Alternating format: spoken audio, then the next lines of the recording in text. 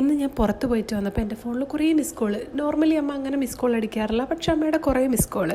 പിന്നെ വന്ന് നോക്കുമ്പോൾ അമ്മയുടെ ഒരു വോയിസും കൂടെ. എനിക്ക് സേമിയ പായസം കുടിക്കാൻ തോന്നുവാണേ, അപ്പൊ അത് നീ ഉണ്ടാക്കുമെന്ന് അറിയാൻ വേണ്ടിയിട്ട് വിളിച്ചതാ. അടയല്ല സേമിയ.